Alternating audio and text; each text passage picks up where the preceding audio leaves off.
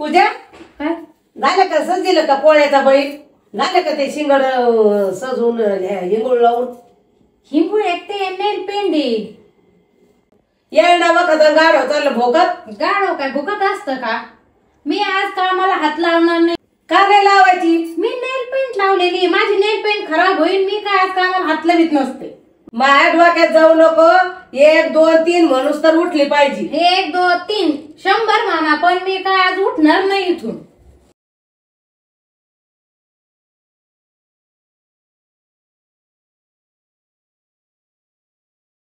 पूजा काय वाटते?